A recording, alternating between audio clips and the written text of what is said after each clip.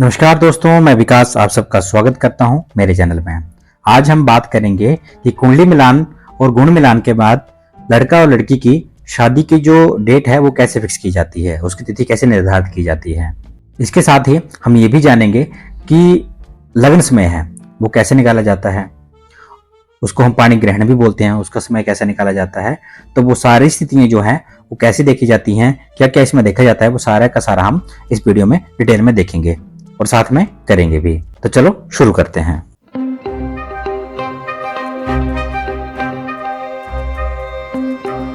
तो देखिए, लड़का और लड़की की कुंडली बनाने के बाद उसके बाद करना क्या होता है कि दोनों की जो राशियां होती हैं, जो चंद्र कुंडलियां होती हैं, उसको हम आधार मानकर सिर्फ चंद्र कुंडलियां ही रहती हैं, बाकी सारे ग्रह हम वहां से निकाल देते हैं, उसको हटा देते हैं। जैसे यहाँ पे मैंने क्या किया है, क्योंकि लड़की की जो कुंडली थी उसमें जो राशि थी, लड़की की जो चंद्र राशि थी वो धनु थी और लड़की की जो थी वो मीन थी। तो दोनों के जो ग्रह थे राशियों के वो निकाल दिए चंद्र कुंडली से और सिर्फ ये हमारे पास खाली चार्ट रह गया, उसमें सिर्फ राशियां ही हैं। उसके बाद क्या करते हैं कि विवाह तिथि निकालने के लिए हम सबसे पहले त्रिबल शुद्धि करते हैं। अब ये त्रिबल शुद्धि क्या है, उसमें क्या होता है कि मुख्यतः 3 ग्रह सूर्य, गुरु और चंद्र, इनका बल देखा जाता है। उसका बल कैसे देखा जाता है, तो उसके लिए क्या है कि सूर्य बल देखते हैं लड़का के लिए और गुरु बल देखते हैं लड़की के लिए, और दोनों के ही चंद्र बल देखे जाते हैं। मतलब लड़की के लिए सूर्य का बल देखा जाएगा, लड़की के लिए गुरु का बल देखा जाएगा और दोनों का ही चंद्र बल देखा जाएगा। तो वो कैसे देखते हैं, तो देखिए सूर्य बल देखने के लिए यहाँ पे मैंने साइड में लिखा हुआ है और साथ में कुंडली भी बनाई हुई है उनकी, राशि कुंडली। तो इसमें क्या है कि वर की राशि से सूर्य अगर तीसरे भाव में हो, छठे भाव में हो, 10वें भाव में हो और 11वें भाव में हो, वो श्रेष्ठ होता है। तो उसको समझते हैं कैसे। देखिए क्या बोल रहे हैं यहाँ पे सूर्यवर के लिए कि सूर्य अगर तीसरे भाव में हो, यहां से राशि से छठे भाव में हो, 10वें भाव में हो और 11वें भाव में हो, तो वो सर्वश्रेष्ठ रहता है शादी के लिए, मतलब उस तिथि में। उसके बाद क्या है कि वर की राशि से अगर सूर्य पहले भाव मतलब राशि में ही हो, दूसरे भाव में हो, 5वें भाव में हो, 7वें भाव में हो और 9वें भाव में हो, तो भी शादी हो जाती है उस स्थिति में, पर उसके लिए सूर्य की पूजा करनी पड़ेगी पहले। तो इसको समझ लेते हैं।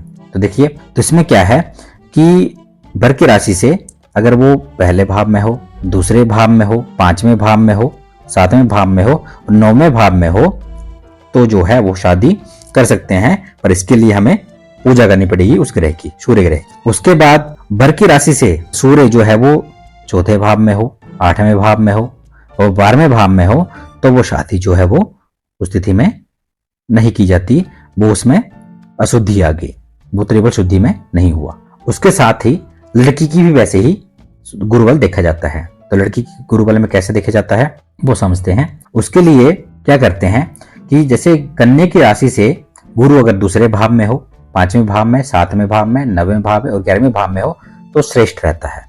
इसको समझते हैं। देखिए, गुरु अगर दूसरे भाव में हो, 5वें भाव में हो, 7वें भाव में हो, 9वें भाव में हो और 11वें भाव में हो, तो जो है वो गुरु जो है श्रेष्ठ है लड़की के लिए उस स्थिति में। उसके बाद अगर कन्या की राशि से गुरु अगर तीसरे भाव में हो, छठे भाव में हो, पहले भाव में हो, उसके बाद 10वें भाव में हो, तो गुरु जो है वो पूजा के बाद जो है शादी कर सकते हैं उस तिथि में। उसके बाद अगर गुरु जो है वो चतुर्थ भाव में हो, लड़की के राशि से 8वें भाव में हो और 12वें भाव में हो, तो जो है वो शादी के लिए वो तिथि जो है उपयुक्त नहीं होती। तो ये स्थितियां रहती हैं। उसके बाद हम दोनों का चंद्रबल देखते हैं। तो चंद्रबल के लिए हम क्या देखते हैं, अगर चंद्रमा जो है दोनों की, लड़का और लड़की दोनों की कुंडली में, अगर वो पहले भाव में हो, दूसरे भाव में हो, तीसरे भाव में हो, 5वें भाव में हो, छठे भाव में हो, 7वें भाव में हो, 9वें भाव में हो, 10वें भाव में हो और 11वें भाव में हो, तो श्रेष्ठ रहता है। और कभी कभी 12वें भाव का भी ले लिया जाता है चंद्रमा, तो वो भी शादी के लिए उपयुक्त होता है। पर कन्या की राशि से अगर चंद्रमा जो है वो अगर चतुर्थ भाव में हो और 8वें भाव में हो दोनों की कुंडलियों में, तो जो चंद्रमा है वो नहीं लिया जाता, वो त्रिबल शुद्धि में नहीं आएगा, उस तिथि को विवाह नहीं करते हैं। अब ये तो हो गया त्रिबल शुद्धि का। अब देखते हैं कि इसकी जो तिथि है वो कैसे निर्धारित की जाती है। तो देखिए, इसके लिए होता क्या है कि पंचांग जो है, पंचांग में तिथियां दी रहती हैं शादी की, कि इस तिथि को जो है शादी के लिए, शादी के मुहूर्त हैं, लेकिन राशि के अनुसार उन तिथियों में कौन सी तिथि जो है वो बेस्ट होगी, वो हम त्रिबल शुद्धि से देखते हैं। तो उसको हम करके देखते हैं। देखिए यहाँ पे मैंने क्या किया है कि कुछ तिथियां मैंने यहाँ पे ऑलरेडी ली हुई हैं, शादी की ही हैं, तो आपको मैं बता भी दूंगा साथ में। पहली दिनांक मैंने ली हुई है 23 अप्रैल 2024। उसमें चंद्र राशि जो है वो तुला है, सूर्य राशि मेष है और गुरु राशि भी मेष है। तो उसको देखते हैं। देखिए यहाँ पे पंचांग का मैं पेज यहाँ पे आपको बताता हूँ, उससे आपको ज्यादा क्लियर होगा। तो देखिए यहाँ पे जो मैंने तिथि आपको बताई, तिथि थी 23 अप्रैल 2024 की। तो यहाँ पे 23 अप्रैल 2024 की तिथि है और यहाँ पे चंद्र राशि जो है तुला है, सूर्य राशि मेष है और गुरु राशि भी मेष है। तो ये विवाह के मुहूर्त हैं। इसमें पंचांग में विवाह के मुहूर्त दिए रहते हैं और शादियों की जो मुहूर्त होते हैं वो दिए रहते हैं, उसमें से हमें चूज करना होता है, उसमें हमें त्रिवल शुद्धि करनी होती है। तो डेट यहाँ पे हमें मिल गई कि इस तिथि को विवाह का मुहूर्त है। ठीक है, विवाह का मुहूर्त है और हमें ये भी पता लग गया कि चंद्र राशि उस दिन जो है, चंद्रमा जो है तुला राशि में है, सूर्य जो है मेष राशि में है और गुरु जो है वो भी मेष राशि में है। तो इसको करके देखते हैं। तो देखिए यहाँ पे 23 अप्रैल के लिए यहाँ पे चंद्र राशि, अब जो जो राशियां हैं, चंद्र राशि तुला है तो वैसे वैसे हम यहाँ पे उस भाव में रखेंगे। देखिए सबसे पहले देखते हैं हम सूर्य बल। तो सूर्य बल के लिए क्या है कि सूर्य यहाँ पे बता रहा है कि सूर्य जो है मेष राशि में है उस तिथि को, तो मेष में हम रखेंगे तो मेष में है वो, यहाँ पे सूर्य यहाँ पे मेष में आया।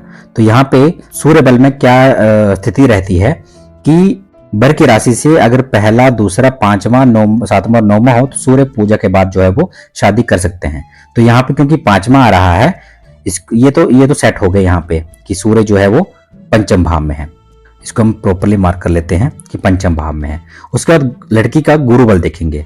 तो गुरु जो है वो मेष राशि में है, तो लड़की के में गुरु मेष राशि में है तो वो आ रहा है उसके द्वितीय भाव में, क्योंकि मेष राशि द्वितीय भाव में है लड़की के। तो यहाँ पे आ गया। तो ये तो हो गया कि पूजा के बाद आएगा। अब इसको देख लेते हैं। तो इसमें क्या है कि गुरु के लिए जो वो लड़की के लिए सर्वश्रेष्ठ है, क्योंकि वो दूसरे भाव में है लड़की की राशि से। उसके बाद हमें देखना है चंद्र राशि। तो चंद्र राशि तुला है तो दोनों के ही वहां पे हम रख के देखेंगे कि वहां पे स्थिति कैसी बैठती है। तो चंद्र राशि लड़की की जो तुला है, तुला राशि जहां पे है वो 11वें भाव में। ठीक है, 11वें भाव में है। तो 11वें भाव में चंद्रमा क्या बोलता है कि बर की राशि, बर और कन्या दोनों की चंद्र राशि से अगर वो पहला, दूसरा, तीसरा, पांचवा, छठा, सातवां, नौवां, 10वां और 11वां है तो श्रेष्ठ है। तो यहाँ पे लड़की कुंडली में वो 11वां आ रहा है और लड़की की कुंडली में देखें तो लड़की कुंडली में वो आ रहा है 8वां। तो जैसे कि बताया मैंने कि कन्या की राशि से चौथा या फिर 8वां हो तो चंद्रमा हानिकार होता है, तो ये तिथि जो है वो नहीं चलेगी। ठीक है, इसमें अशुद्धि हो गई। उसके बाद देखते हैं अगली जो तिथि है वो है 17 जनवरी 2025 को। उसमें चंद्र राशि जो सिंह है, सूर्य राशि मकर है और गुरु राशि वृषभ है। ये भी हम पंचांग से ही देख के लिखा हुआ है, तो पंचांग में दोबारा दिखा देता हूं आपको।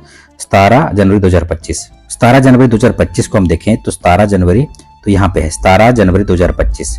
यहाँ पे जो चंद्र राशि सिंह है, सूर्य राशि मकर है और गुरु राशि वृषभ है। ठीक है, तो वही हम वहां पे त्रिवल शुद्धि दोबारा से करेंगे। तो त्रिवल शुद्धि के लिए वही नियम रहेंगे हमारे कि सूर्य बल देखेंगे सबसे पहले। तो सूर्य जो है वो है मकर राशि में, तो सूर्य मकर राशि में है तो मकर राशि में सूर्य जो है वो हुआ आपके द्वितीय भाव में। ठीक है, तो यहाँ पे बर की राशि से वो दूसरे भाव में आ रहा है, तो पूजा के बाद वो शादी के लिए तिथि चूज कर सकते हैं। उसके बाद देखेंगे हम लड़की का गुरु बल। तो उसमें गुरु जो है वृषभ राशि में है, तो वृषभ राशि जो है वो तृतीय भाव में है। तृतीय भाव में तो यहाँ पे भी कन्या की राशि से अगर वो पहले या तीसरे भाव में हो तो भी विवाह कर सकते हैं, लेकिन पूजा के बाद। तो यहाँ पे पूजा के बाद जो है वो विवाह हो सकता है। उसके बाद हम देखेंगे चंद्र बल। तो चंद्रमा जो है उस तिथि को सिंह राशि में है, तो यहाँ पे हम अंकित कर लेते हैं सिंह राशि में चंद्रमा। तो वो लड़की की कुंडली में आया 9वें भाव में और लड़की की कुंडली में आया 6ठे भाव में। तो यहाँ पे जैसे कि बताया था कि वर और कन्या की चंद्र राशियों से अगर वो जैसे यहाँ पे 9वें भाव में है तो 9वां भाव भी चल पड़ेगा। ठीक है, उसके बाद 6ठा भाव, तो 6ठे भाव पर भी यहाँ पे आ गया तो 6ठे भाव में भी चल पड़ेगा। तो ये जो दिनांक है वो शादी के लिए परफेक्ट है, चल पड़ेगी। अब देखते हैं कि शादी की डेट यहाँ पे फिक्स हो गई। अब हमें उसका विवाह का जो लगन है, जो टाइम है वो देखना है। तो वो कैसे देखेंगे, तो उसमें ही पंचांग में ही हमें दिया रहता है साथ में विवाह का लगन टाइम भी। तो जैसे कि मैंने यहाँ पे आपको बताया कि 17 जनवरी 2025 का था, ये वाला था ये वाला। तो यहाँ पे ये विवाह लगन मेष दिवा, तो विवाह लगन मेष का मतलब है कि मेष लगन होगा उस टाइम पे और दिन को होगा, और टाइम भी दिया है 11:55 से लेके 12:54 तक। तो ये दिन का समय रहेगा। तो इसको हम लिख लेते हैं। तो यहाँ पे पता लग गया आपको कि जो शादी का जो टाइम है वो यहाँ पे जो ग्रह पाणी ग्रहण का जो समय है वो भी आपको यहाँ पे मिल गया। तो इस तरीके से जो है वो विवाह का मुहूर्त और साथ में जो समय रहता है लगन समय जो होता है वो भी हमें यहाँ पे निकालना। देखिए वो निकल दिन का। अब हम एक और तिथि लेते हैं, उसको भी देख लेते हैं कि उसका जो स्थिति है वो कैसी रहती है। तो अगली तिथि जो है वो है 5 मार्च 2025 की। उसमें चंद्र राशि सिंह है, सूर्य राशि जो है वो कुंभ है और गुरु राशि जो है वृषभ है। इसको देख लेते हैं 5-3-2025। तो यहाँ पे 5-3-2025, तो 5-3-2025 जो है वो ये वाली तिथि आई, ये तिथि है ये वाली। तो यह इसमें चंद्र राशि वृषभ है, सूर्य राशि कुंभ है और गुरु राशि वृषभ है, और इसमें विवाह लगन जो है वो रात्रि का है। तो ये भी एक मुहूर्त जो है वो है पंचांग में, तो इसको भी देख लेते हैं। तो वो रात्रि का मुहूर्त था, तो वो था। तो यहाँ पे भी हम सूर्य राशि कुंभ यहाँ पे अंकित कर लेते हैं, क्योंकि सूर्य जो है कुंभ राशि में ही है, तो कुंभ राशि में आया आपका तृतीय भाव में। गुरु जो है, गुरु को स्थिति हम देखें तो गुरु जो है वो वृषभ राशि में है, तो वो आया तृतीय भाव में। और चंद्रमा जो है वो आया सिंह राशि में, तो सिंह राशि में, तो सिंह राशि में आया वो नवम भाव में और छठे भाव में। तो यहाँ पे भी तृतीय भाव का जो सूर्य है वो सर्वश्रेष्ठ रहता है, तो ये सबसे बढ़िया हो गया। गुरु के लिए जो द्वितीय भाव आया, क्योंकि गुरु जो है वो वृष राशि में है, तो वो भी सर्वश्रेष्ठ हो गया लड़की के लिए। और दोनों का जो चंद्रबल है वो भी हम देख लेते हैं। तो चंद्रमा जो है वो नवम भाव में आया और षष्ठम भाव में आया। तो पहले स्थिति में बिल्कुल भी नहीं मिली, दूसरी स्थिति में मिली, लेकिन पूजा करके जो है वो विवाह मुहूर्त जो है पूजा करने के बाद जो है वो शादी कर सकते थे। और ये तीसरी जो तिथि थी वो सबसे सर्वश्रेष्ठ रही, क्योंकि इसमें जो सूर्य जो है वो सर्वश्रेष्ठ स्थिति में है, गुरु भी सर्वश्रेष्ठ स्थिति में है और जो चंद्रमा है वो भी श्रेष्ठ स्थिति में है। तो इस तरीके से जो है वो विवाह जो है निकाल सकते हैं। और विवाह लगन जो मैंने बताया आपको, जो मकर लगन होगा रात्रि होगा, रात्रि 4:01 से लेके 5:46 तो जो है वो विवाह लगन जो है रहेगा। तो इस तरीके से जो है वो आप जो है विवाह मुहूर्त जो है वो निकाल सकते हैं। इसके साथ ही कुछ चीजें और भी होती हैं देखने के लिए, उसमें दोनों की जो घात चक्र होते हैं वो भी देखा जाता है, लड़का और लड़की दोनों के घात चक्र में। तो घात चक्र में उसकी जो तिथियां हैं, मतलब 3 घात चक्र इकट्ठे नहीं होने चाहिए। जैसे अशुभ तिथि जो है उसकी वो नहीं होनी चाहिए, उसी दिन तिथि नहीं होनी चाहिए, वो मास नहीं होना चाहिए, वो ऋतु नहीं होनी चाहिए, और आपका जो दिन है बार जो है वो नहीं होना चाहिए, वो नक्षत्र नहीं होना चाहिए जो अशुभ है। तो अब वो स्थितियां भी 3 से ज्यादा 3 इकट्ठी नहीं होनी चाहिए। अगर 3 इकट्ठी हो जाती हैं